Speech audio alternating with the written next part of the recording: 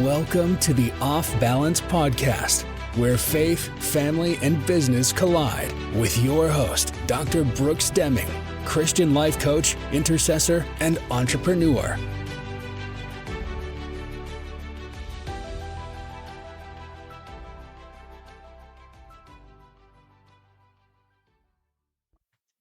Hello, everyone. I'm Dr. Brooks. Welcome to Off Balance, a podcast for adults trying to balance life. Thank you for tuning in each week to learn strategies to help you be a better version of yourself. The sponsor of today's episode is Clothed by J. Christine, a Christian-based clothing store offering quality and affordable clothing for the everyday fashionable conscious woman. Today's guest is an incredible educator, mentor, and coach.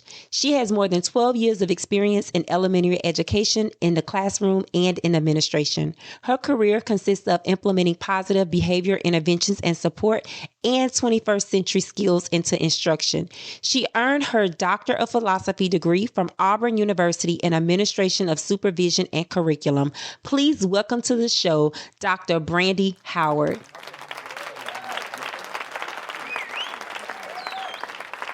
Thank you for having me.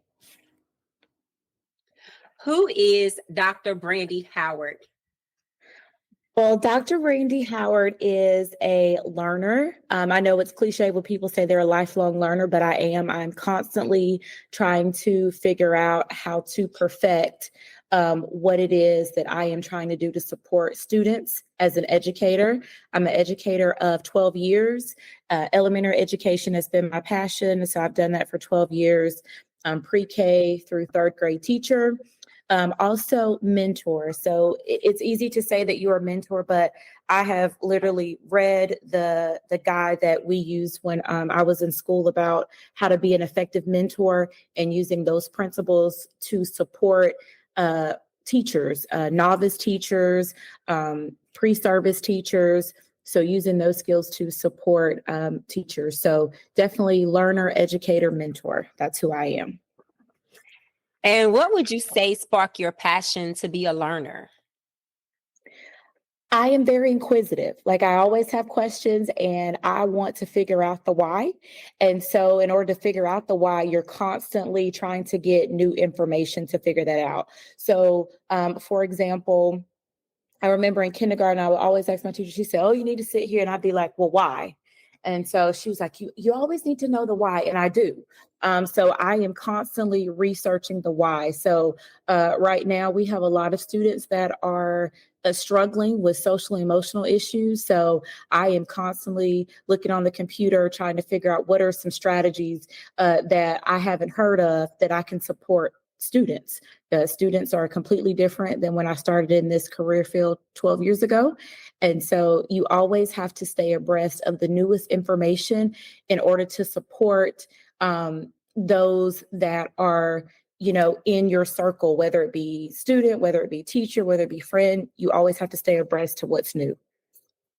And you mentioned that students are struggling. So we know that teachers are there to support, but what can parents do to help when it's their student that's struggling? So for parents, I think it's in the same place as teachers. We have not been trained properly on how to deal with some of the behavior issues that are happening.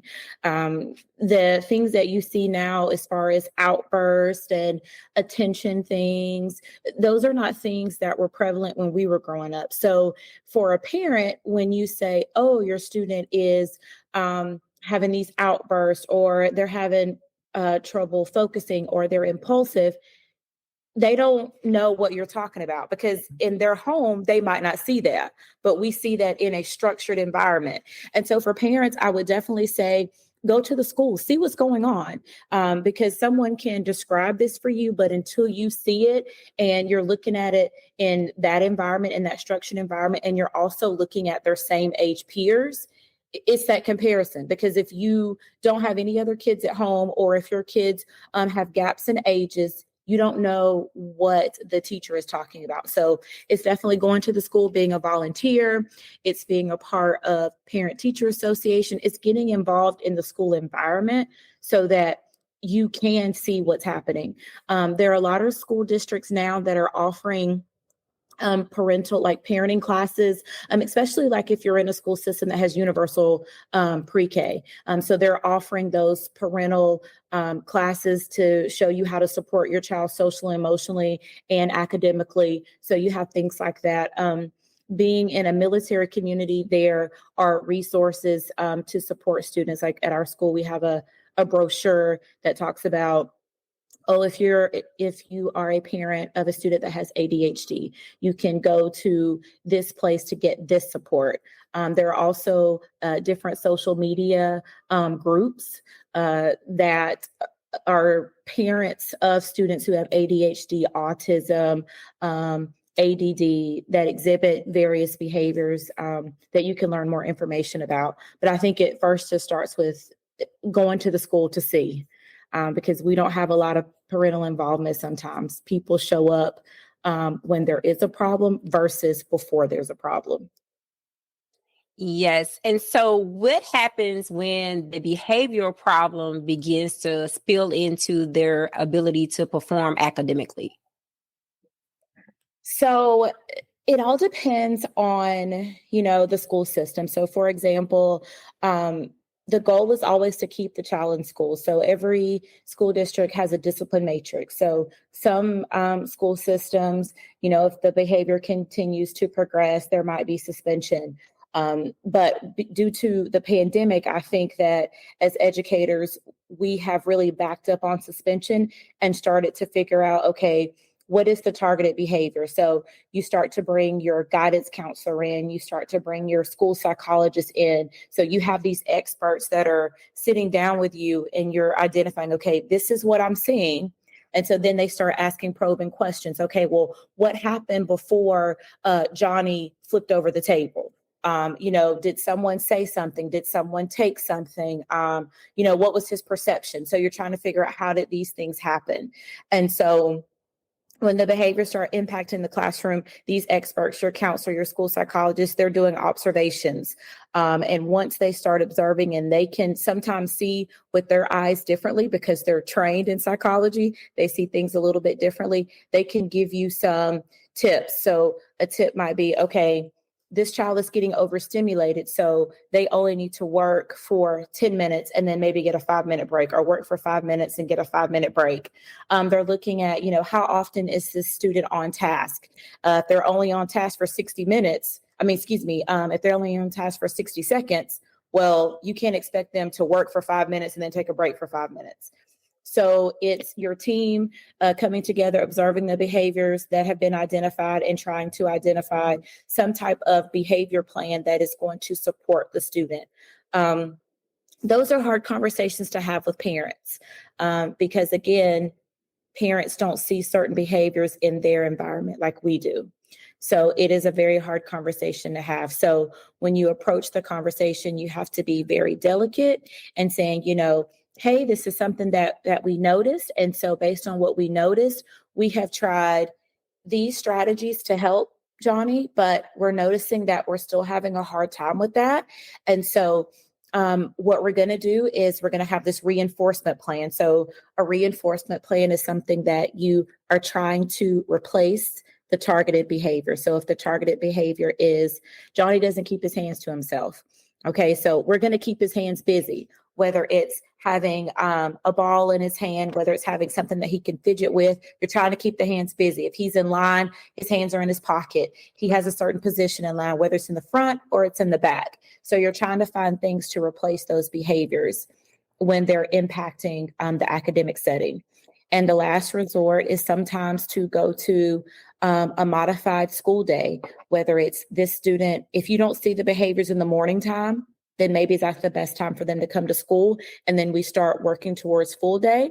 Or if you're seeing in the afternoons, if the behaviors happen in the morning time, maybe you're going in the afternoon. So you're working that plan out. It's a modified schedule. So you're trying to do all of these things before there is suspension or, in-school suspension, because that's not helping the student. The issue is still there. Yes, and you said that there has been a lot of different behavior issues that we didn't see when we were coming up in school. So how are the teachers able to effectively teach and not get burned out? Well, that's a good question because teachers are burnout. You are seeing now more videos of whether it be the regular teacher or the sub teacher, they've had enough. And so, because they've had enough of these behaviors, they are, having reactions, because you're taught to, take a step back and sometimes ignore the behavior, but it's persisting. And so they're at their wits' end. So then they react. Um, so it's very hard for teachers. So one of the things that I have really been working with the teachers that I support is providing them some professional learning on de-escalation strategies. So how do we de-escalate a situation before it gets there? What are the things that we are noticing? If you know that writing is a trigger for Johnny, then maybe he needs to record what it is that he wants to say on the computer. Like, it's picking your battles. And so it's really identifying what triggers them and how can I get around that. It's providing teachers with the support that they need as far as de-escalation strategies. Also, going in to support the teacher. There has to be some time in our schedule where we actually go into the classroom so that we can be that other set of eyes, so that we can be that set of hands for teachers. It's challenging as a school leader to do that sometimes, but if you can, it's going to the classroom, supporting that teacher, providing that professional learning. Also, if there are additional resources, which is very hard because typically they're not, because the funding in schools is very tight. But if there is additional resources where that teacher can have another set of hands in there, even if it's for 20 or 30 minutes, that makes a teacher happy that they had another set of hands, eyes, and ears in that classroom. So to avoid burnout, we have to better prepare. We took one class, at least I did. It was only one class on classroom management. That was it. That's the only class I took. And the entire time I was in school, one class on classroom management. One class does not effectively prepare you for what we're seeing. Wow. So I was going to ask, is it something like that school districts provide teachers to learn how to properly manage the classroom, or is that something that they kind of learn as they go into their career? It's really on the job training, because you take that one class, but it's all theory. It's all textbook stuff. And so when you actually get into the classroom and you meet the students and you see the diverse needs of your students, that's when it is the reality of nothing in this book has prepared me for what is really happening. And so again, we always pride ourselves in school districts with, oh, we're giving professional learning on this, we're giving professional learning on that. But no one ever stops to say to a teacher, hey, what was a challenge for you this school year? And what could we have done to support you? That's where your professional learning comes in. Like, we know there are things that you have to do. There are certain things that you have to get professional learning on. But behaviors is something that we kind of sweep under the rug as far as professional learning. I guess the mindset could possibly be, well, you're going to have some that are troubled, so you just work your way through it. You get to the weekend, you get to the break. But if we want to keep teachers, we have to find out what it is that they need and use our money wisely to provide that. Yes, I can only imagine what it's like being a teacher today, because you have kids that are low, they may be below grade level, and then you have to try to get them where they need to be. And then you have kids that have behavior issues. So I can imagine that it will be hard trying to manage a classroom. So for those teachers that are listening and they probably experience this on a day-to-day basis, what advice can you give them? I would say get to know your students. Like, it sounds simple, but it's real. What are their interests? One of the things that I have done with some kids that I've supported this year that had some behavior challenges was I had to figure out what did they like. And a lot of the strategies that we were trying, they didn't like. So when you're trying to bargain with them to get them to do, oh, I just want you to do this. You're just going to work for 5 minutes, and then we're going to get a 5-minute break, and your 5-minute break, I'm going to give you a Skittle. And the kid said to me, I don't even like candy. Well, that's why he wasn't doing what it was I wanted him to do, because he didn't even like candy. So it's getting to know your kids. So there's this thing that counseling teams are using called an interest inventory. And so in that inventory, it figures out a kid's likes and dislikes. And so it's not like you have to sit at a table with the student and just say, oh, do you like Pokemon or do you like Star Wars? It's talking to them. When you're at lunch with them, having a conversation. Oh, tell me what you did this weekend. Are you playing any sports? Finding out their hobbies. Just having those conversations with them helps, because you're building relationships. So now it's, okay, my teacher cares. She wants to know what I'm doing. That's a start. If your students are involved in certain activities, if they told me in advance, I would attend. So again, you are building a relationship, because now you are working with them outside of school, because you are now an additional person, an additional cheerleader in their corner, because you're showing up for things that they like to do for fun. And so I just think the big thing is just getting to know your students. Even in 12 years, I can still tell you everything about every kid that I have taught for 12 years. I know, because I took the time. Wow, that's good, because I don't think a lot of people see the children as people. They kind of like want them to show up. They want to tell them what to do, but they don't allow them to be able to express themselves as far as their feelings, their likes and dislikes. So I think that's very important for teachers to understand, that we are to build a rapport and a relationship with the children, because sometimes that get lost in the shuffle of just trying to teach them. So what would you say for teachers who have students that are low and they're trying to find strategies to be able to sustain the ones that are on grade level and the ones that are excelling, but also, give their attention to the ones that are struggling? So with below level learners, one of the things that I always used to do was I used to try to figure out what was the best way that they learned. And so I would use a variety of strategies. Of course, you have your flashcards. So for example, if you're a kindergarten teacher and you're trying to teach a kid, their letters, they don't know any letters. So you have the flashcards. Flashcards work for some, flashcards don't work for everybody. So you're trying to figure out, how are they learning? What is their learning style? Is it going to be the flashcards? Is it going to be, we need to look in our environment and identify things that start with the letter B? Are they those students that, because we're in a technology age, they are so into technology that they're going to learn best on the computer? It's trying to figure out, how do they best learn? And that comes through observation. It comes through talking to them. And once you figure out how they best learn, then you identify what's going to be like the goal. Okay, so you only know 2 letters. My goal is for you to learn maybe 5 this week. Maybe, I want to increase it from 2 to 5. So that means we got to work on 3 letters. So that's the goal. And you're sharing that goal with them. All right, so Johnny, 2 letters. We're going to focus on the letter J. J is in your name. J for Johnny, so he can make that connection. Can you think of anything else that makes the just sound? So then you're walking through your environment. It's setting that realistic goal and making connections of what's happening in the environment to support that learning. Below level learners it's challenging because you have to spend a lot of time with them.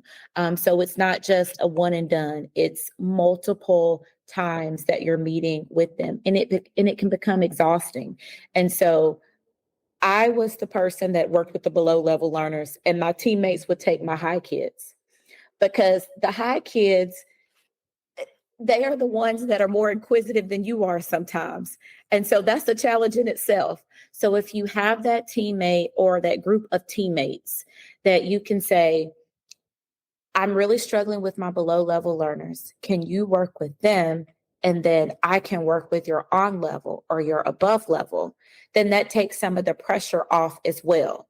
or if they could just show you different strategies. And it really all depends on the kids. It's not a one size fits all. It just really depends on the group of kids that you have.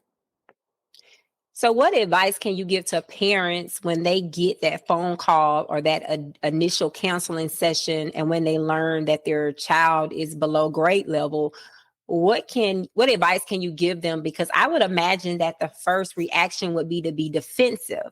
So what can you advise the parents? I think the first thing is parents don't know what kids need to know. So if you are not an educator, or if you don't have friends or family members that are educators, it's somewhat like a foreign language, because again, schooling now is not the same as schooling previously. Kindergarten is the new first grade. So we're expecting that when they leave kindergarten, they should be reading cat, dog, some sight words like the, she. And so first of all, our parents do not know. It is our job as educators to provide some kind of supports that before school starts, that we're saying, okay, if you have a kid that's going to first grade, these are the things that first grade students need to know. And this is how you can work with your first grader. We have to do a better job as schools providing those opportunities for them to know. So I would say to a parent, if you get that phone call that your child does not know a certain thing, then I would ask, okay, you're telling me they don't know this. Can you tell me, what have you done to support them? What are some things that you're doing at school to support them with this? What are some resources that you could send home to me that could help me with this? And if a teacher just says to you, oh, you just need to read for 20 minutes, that's not true. It's more than just reading for 20 minutes, because any of us can pick up a book and read for 20 minutes. It is, what are we doing with what we've read? There are specific questions that, parents need to ask to help with their reading. So I would say be very intentional with the questions that you're asking the teacher in regards to how to support your child. There are resources in the community. Sometimes local libraries have different supports for reading, especially. They have different reading programs that happen during the school year, over the summer. That's something that parents can look into. Barnes and Noble has, they used to, I don't know if they do now after COVID, but on Saturdays, they would have guest readers to come in and they would do different reading activities with students. So that's something else that can be done. In the state of Alabama, they have like a homework. It's called Homework. I think it's like homeworkalabama.org. So that was a resource that you could use as a parent if you find out your child is struggling, because at the end of the day, everybody doesn't have the money to get the tutor. Yeah. And so there are free resources out there. And unfortunately, they're available, but we don't provide that information to families. And so that is a deficit for us as a school district, is we're not even providing what it is that we need to provide to help. So looking at the community library, stores like Barnes and Noble, looking to see what your state offers, because like I said, Alabama has a homework hotline that you can literally be on your computer. Kids are on the computer anyways. You're on the computer. There is a tutor that will assist you with the assignment. So that's something else. Also sitting with your child to see what their homework is. Many times they'll bring home homework and we're like, do your homework. They struggle with that assignment all day at school. They have no clue how to start it. We got to help them. We can't just, sit them at the table and say, oh, do your homework. So it's knowing what's happening in that classroom. You got to know. And in order to know, you got to show up to the school. Parental involvement is important. So you need to show up, whether it's to eat lunch with your kid, whether it's to volunteer, whether it's going on a field trip, going to a school board meeting, whatever it is. The people in that school need to know that you're invested, because when they know that you're invested in your child being the best that they can be, their tune about, oh, they're struggling, it changes to, oh, well, Johnny's struggling, but this is something that we're going to do, versus Johnny's struggling, and I think we're going to have to retain him. the conversation changes because they know that you're invested. Yes, so parental involvement is very important. Can you talk a little about special education? Because I know when we were coming up, special education was something that was frowned upon. It had a negative connotation. So now when parents hear, we want to put your child on an individualized education program or EIP, they are hesitant. So can you kind of explain what special education is, as well as what's an IEP? So special education is basically what it says, special education. So you have identified that this student is struggling, whether it is in reading, whether it is in math, whether there's some speech concerns, they're struggling in this particular area. And so what you're trying to do is you're trying to provide direct service, an individualized plan to support this student that is struggling in reading. Your plan is going to be individualized. It's going to meet the needs of that student to hopefully, the goal is to hopefully get them from struggling to being able to understand the concepts. And it's the same thing for math and for speech. That's the goal of special education. The goal of it is not for it to be long-term. Now, do you have some students that are on an individualized education plan throughout their entire schooling from elementary to high school? Yes. Is that the goal of it? No. The goal is for it to do whatever it needs to do to help that student to reach on grade level standards. That is the goal. And then once they do reach it, then they graduate from it. I call it a graduation. We have met our goals. We're going to celebrate. We're done with it. That's the goal. It happens for some students. It doesn't happen for everyone. And so in order to even, I'll put it like this, before you should even say a kid needs special education, needs an individualized education plan, as classroom teachers, it is our job to make sure that we have provided equity and access to the grade level curriculum. So we're helping them access it in multiple ways. You know, as I talked about earlier, trying to figure out what kind of learner they are. You know, is it the learning style? Do I need to chunk the assignment up? Do I need to change my directions? If I want them to write 5 sentences for a paragraph, do I need to break it up where I say, okay, what's going to be the topic of our writing? Okay, what's going to be our first detail? What's going to be our second detail? Is it doing that? So do you need to break it up? Do you need to give simple directions? Does there need to be additional modeling? It's trying to use all of those strategies and collecting data. So jotting down notes. When people hear collecting data, it's all we do is, data. Well, yeah, data drives what we do. It's just like when you go to the doctor. When you go to the doctor, if he says that your blood pressure is high and he's going to check it in a month, well, he has to have data. So it's the same thing for us. So you have to document those notes of what you're doing with that kid. And if you're doing all of these things and you notice, okay, I'm doing X, Y, Z, instead of him doing all 10 problems, we're just doing 5. I've broken the assignment down into small pieces. I'm doing all of these things. I'm modeling, and the child still is having a hard time, even with all of these strategies and providing an additional dose, like an intervention, one-on-one or with a small group, and they're still struggling, then that says, I need to look at something else. And that's a hard conversation to have with a parent, to say, I noticed that Johnny is struggling. I have, done X, Y, Z, and he or she is still struggling. And so what I want to do is I want to look to find out how Johnny is learning. I need to know how he best learns. And so in order to do that, I am, thinking that we might need to look at special education. And special education would be, before we could even get to, they're going to get an IEP. I want to look at how he learns. I also want to see what are his strengths, what are his weaknesses. This is what this is going to help me do. Find out his strengths and weaknesses. And then once we do that, then I know how to best support him. And if another person supporting him is what's needed.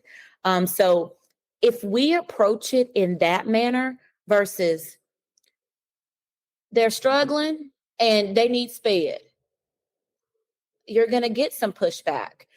So when you say to them, I want to know how he or she is learning, we need to take a deeper dive because I've done all these things, they're still struggling. I need to know how to best support them. I need to know if there's an additional person. If you approach it like that, and also saying to them, if he or she does qualify for special education services, there are different models. And that's something that was different when we were growing up. So different models being the student can receive push-in support where another teacher comes into the classroom and is working with the student. And not just that student, but could be working with a general education student too. They're coming in the classroom working with him.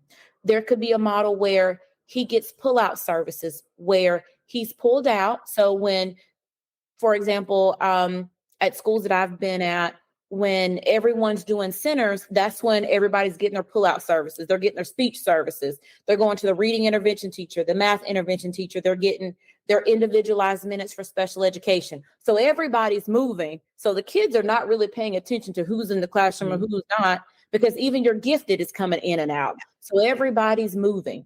And so if you explain, okay, there might be some times where the student gets pull-out services, but they're not missing any of the fun activities. They are not missing the instruction that I give everybody. They're being pulled out during the times where students are doing their independent task. Then that kind of gives a sigh of relief of, whew, my kid is not going to this other room all day, never coming out, only going to lunch recess with their classmates. If they hear the different parts of it, then it's an easier conversation. And so I got off on a tangent. I'm so sorry. No, actually you did not, because I think a lot of people, when they hear special education, they think of the kids that when we were in school years ago that were in a classroom all day by themselves. They ate lunch by themselves. They really didn't get to interact with other kids. So I think when parents hear special education, everything else is like a blur. Like they really don't have the ability to be able to comprehend during that moment, because they're probably thinking like me, oh my God, I remember what special education was like. So I'm glad that you went off on what you called a tangent, because you did a great job explaining to people, no, we're not isolating your kid. This is so that your kid can get the individualized attention that they need to be able to be successful. Because I remember when my daughter first started school, the no child left behind thing was really, really big. And so what I saw as a parent was, from grade to grade, her peers were being passed along and they was already below in the previous grade. So what we saw was a bunch of kids that was not getting the assistance and services that they need. And so they were continuously passed through grades. And now those same children are probably juniors and seniors, and they read at an elementary level. So I think if parents knew during that time, okay, IEPs are available, and this will ensure by law that your child is getting everything that they need, I think those parents will be more accepting of it. So can you kind of explain to parents, when their child, if everything works out, they test and it's determined that they need an IEP, can you kind of go over the protection that child will get to make sure that everything that is in that plan is executed? Yeah. So, after you get the plan, there's a meeting that happens with the case manager and the parents, and they talk about what the services are going to look like. They're going to talk about, what are the goals? The goals could be a combination of reading and math. The goals could just be reading or math. The goals could be behavior goals. The goals could be speech goals. So it just depends on what they're getting the IEP for. So you'll have that meeting and you'll talk about the goals. And then you talk about what the services are going to look like for this particular goal. How many minutes, weekly is this student going to receive services? Are these services going to be push-in services? Are these services going to be pull-out services? So that's the conversation that you have in the meeting. Many parents, many families don't understand that document. It is a big document that says a whole lot of things. And so I encourage families to get an advocate. When they send you that draft individualized education plan, you either need to have a friend or a friend of a friend that knows somebody that is a SPED teacher that can dissect that document to make sure that these are the right services for the child. If you don't have anyone in our communities, there are special education advocates, and their job is to ensure that the services that are being provided are what the student needs and are in accordance with the different special education laws. That's their job. Advocates can attend IEP meetings. And no one can tell you that an advocate cannot come because they're not acting as a lawyer. They are advocating for this child. So that's what I always encourage people to do. If you don't know somebody that knows SPED law, get you an advocate that can look at this document and go over that document with you. So you have the document, you've had someone to look over it, you agree with the services. You're supposed to receive a progress report. With each report card, you should get a progress report telling you how your child is progressing towards their goal.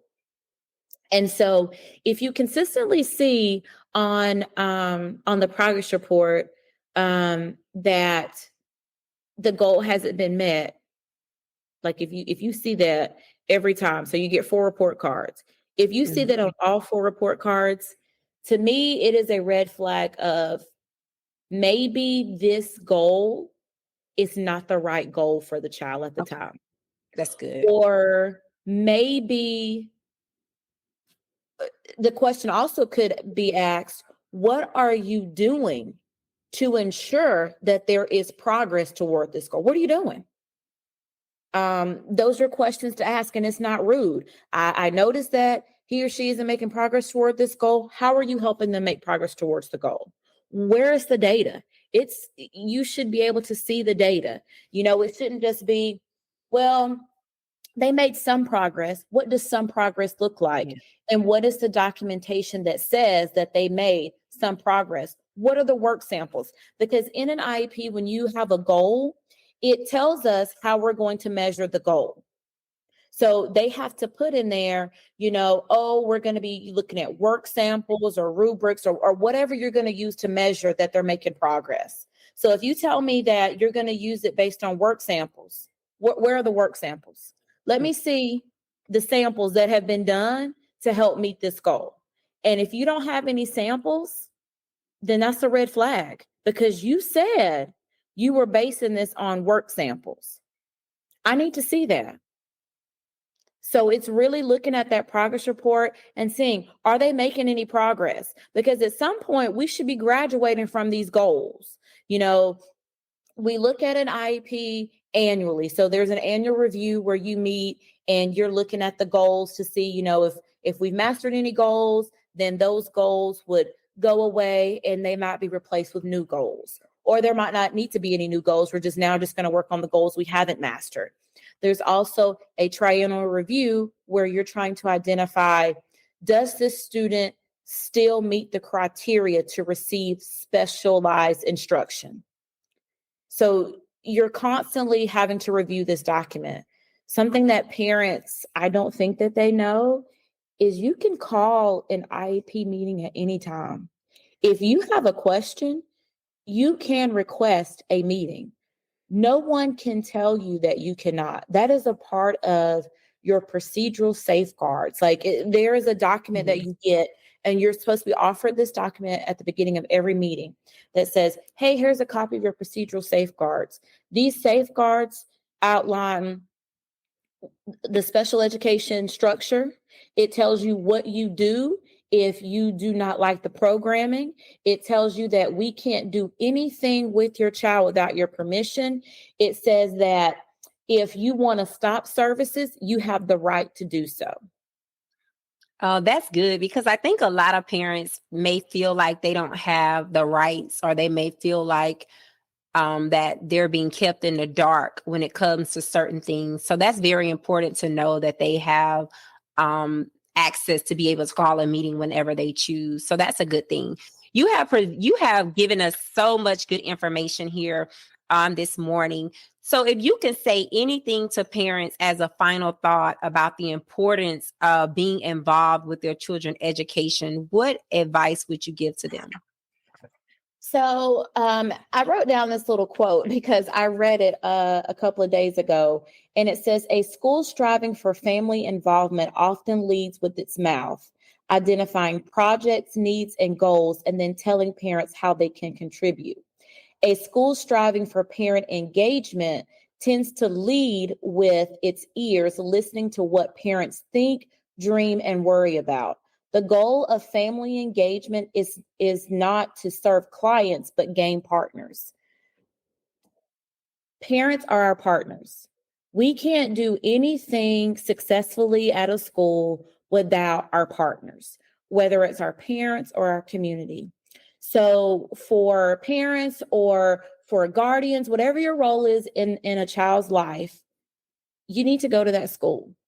And I'm not talking about going to that school when you're upset and you want to show out. I'm talking about going when everything appears to be going well. Pop up, have lunch with your child, volunteer in your child's classroom. If you can't go, who in your family can go? Being involved, be a member of the PTA, PTO, they call it different things. Be present, because again, when you are present, that shows that you are invested. That's really, really good, because I know when my daughter was younger, I was definitely a member of, at that time, they call it the PTA. My husband and I would always roll into those schools because, for one, we wanted to make sure that her teacher was engaging her. We wanted to make sure that she was in a safe environment. And we also wanted to make sure that the curriculum was being taught. So it's very important just to allow the school to put a face with a name, because I can assure you from kindergarten all the way up until 8th grade, we were very involved. 9th grade, it was COVID for her, so she did virtual learning. 10th grade, she was kind of like, I'm an adult. I don't need you guys to kind of hover over me.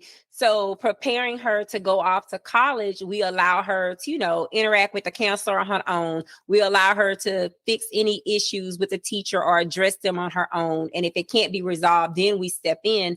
But we were very active in her life.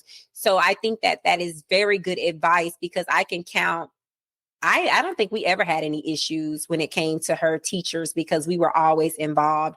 So I commend you for encouraging parents to be partners with the school system. And what can you say to those teachers that are like, I hear you, Dr. Howard, but I am tired. I just don't think that I get the support. I really don't know if I want to continue to do this. What can you say to kind of help them reignite their passion for teaching and education?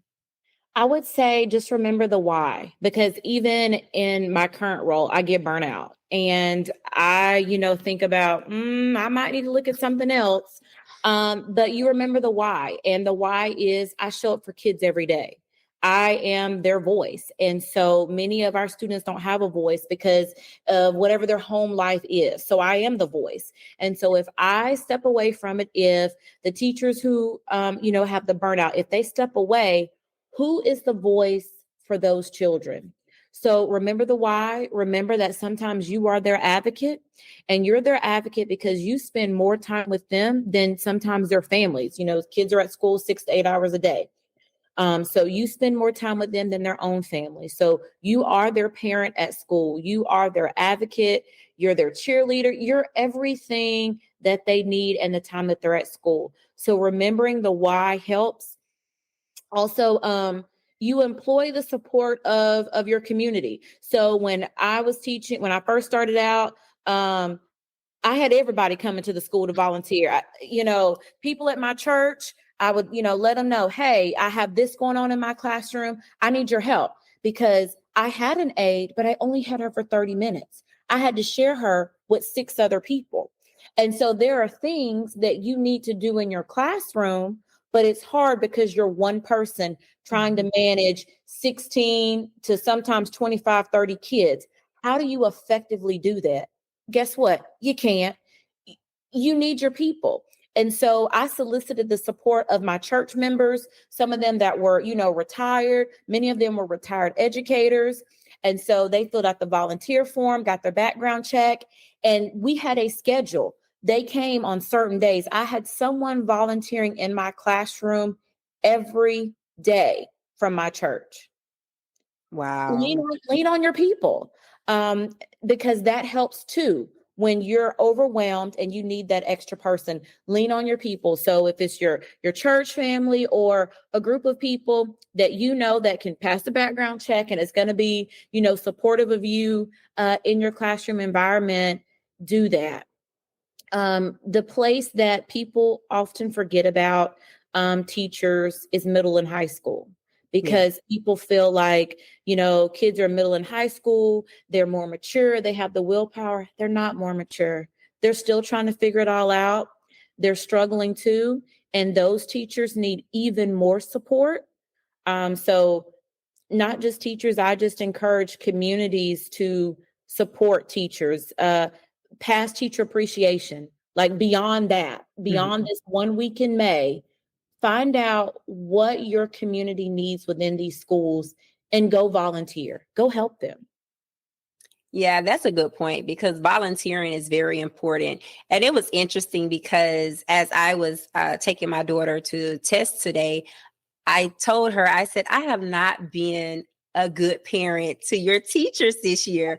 Seriously, because normally I am so involved. I email them to make sure if they need any type of classroom things, because, a lot of the times that falls on the teacher to have to get the extra supplies. And I normally do a great job about that. And I was just telling her this morning, I have been a horrible parent.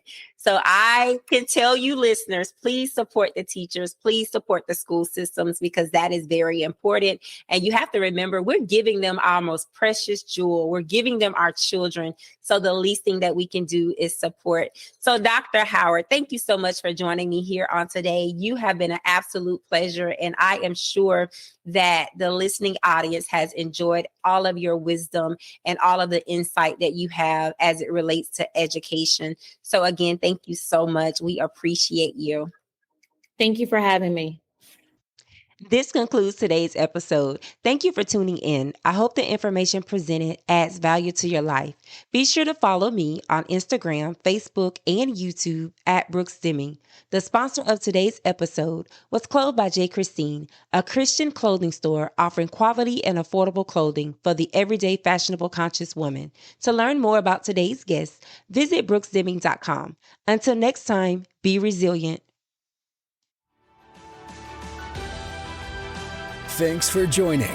Please rate this episode and share this podcast with your family and friends. To learn more about your host, visit www.brooksdeming.com.